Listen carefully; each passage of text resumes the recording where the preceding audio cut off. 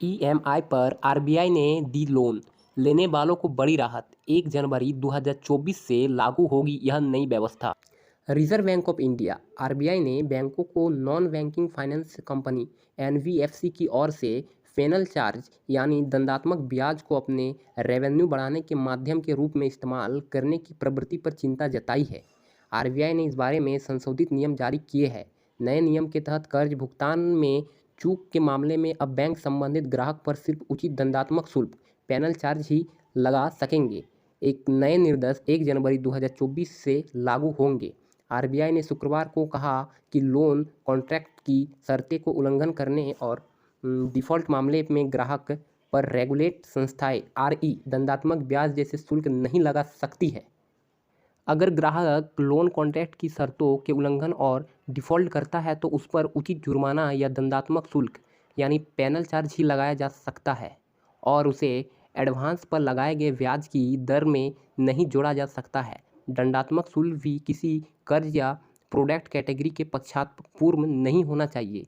RBI ने आरई से कहा कि दंडात्मक आरोपों का कोई कैपिटलाइजेशन नहीं किया जाएगा, यानी ऐसे आरोपों पर कोई अतिरिक्त ब्याज की गणना नहीं दी जाएगी। हालांकि यह लोन अकाउंट में ब्याज की कंपाउंडिंग की समस्या प्रक्रियाओं को प्रभावित नहीं करेगा।